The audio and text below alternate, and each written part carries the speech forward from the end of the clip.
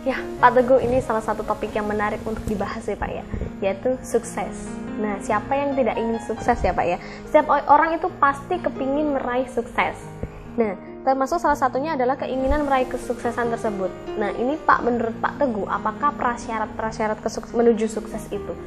Apa saja? Ya, sukses tempo dulu dengan tempo sekarang berbeda. Jadi, ke depan orang sukses tuh Mbak ya, itu harus mengandalkan otaknya, bukan ototnya. Bukan sekedar otot, tapi otak harus cerdas. Nah, dalam otak itulah orang-orang yang mau sukses harus mengerti ya potensinya. Jadi Charles Perman tuh menggambarkan bahwa otak kita itu ada isinya faktor G dan faktor S. G itu generik, jadi semua orang harus punya ini.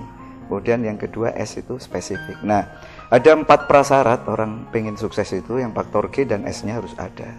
Faktor G itu ada 3 ya, faktor spesifiknya ada 1. Kemudian yang pertama ya, faktor G itu percaya diri.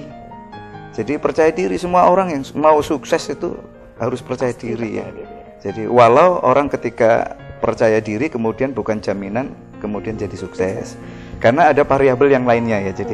Jadi harus percaya diri. Jadi kalau dibalik sederhana lah, ada tidak di muka bumi ini orang sukses yang nggak percaya diri?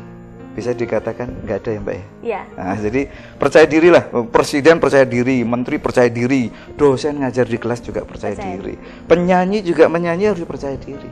Jadi harus percaya diri yang pertama. Kemudian yang kedua, pandai membangun komunikasi. Jadi ini ya, jadi karena orang sukses itu menggerakkan orang lain, membangun kepercayaan orang lain, mempersuasi orang lain ya, bekerja super tim dengan tim yang lain ya.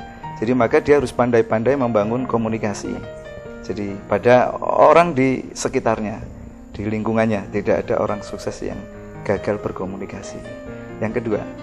Dan yang ketiga, daya juang tinggi. Nah ini ya, jadi generasi sekarang nih banyak orang pengen suksesnya itu tinggi, anak-anak sekarang dibandingkan tempo dulu. Iya. Jadi ada apa-apa cerita, aku pengen sukses, aku pasti bisa. Ya.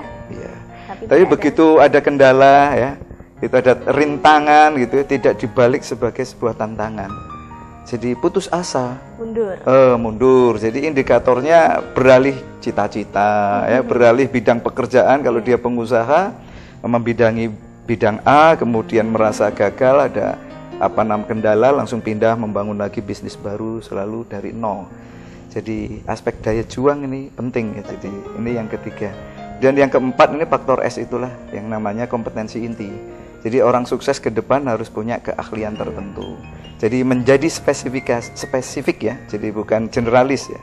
Jadi orang sukses harus punya keterampilan khusus. Jadi inilah keterampilan khusus itu ya, dimaksudkan pada keterampilan, satu keterampilan saja? Ya, kalau di dalam teori DMI itu ada 8 ya. Misalnya keterampilan musik ya. Nah, musik itu tentu tidak hanya bermain alat musik ya, dan alat musik itu tidak harus musik tradisional, tapi juga bisa musik modern ya. Mencipta lagu itu juga bagian dari kecerdasan dalam bermusik, ada artnya seni ya. Jadi suara diubah menjadi sebuah seni ya. Memainkan alat musik, menyanyi, membuat grup band, bahkan menjadi I.O. di bidang musik pun itu bagian dari pengembangan bakat musikal ya. Jadi boleh berpindah tapi masih dalam satu keberbakatan.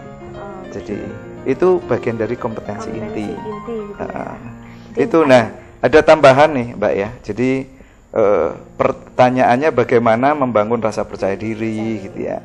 Saya pikir orang tua kita itu harus sejak dini lah, anak-anak itu dipuji, diberi dorongan agar daya juangnya tinggi. Jangan sering diberi punishment lah.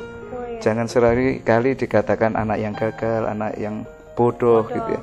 Jadi berikan kepercayaan. Itu malah justru mengurangi tingkat kepercayaan. Iya, kalau sering di punishment saya pikir dikasih label-label yang negatif, diolok-olok gitu ya.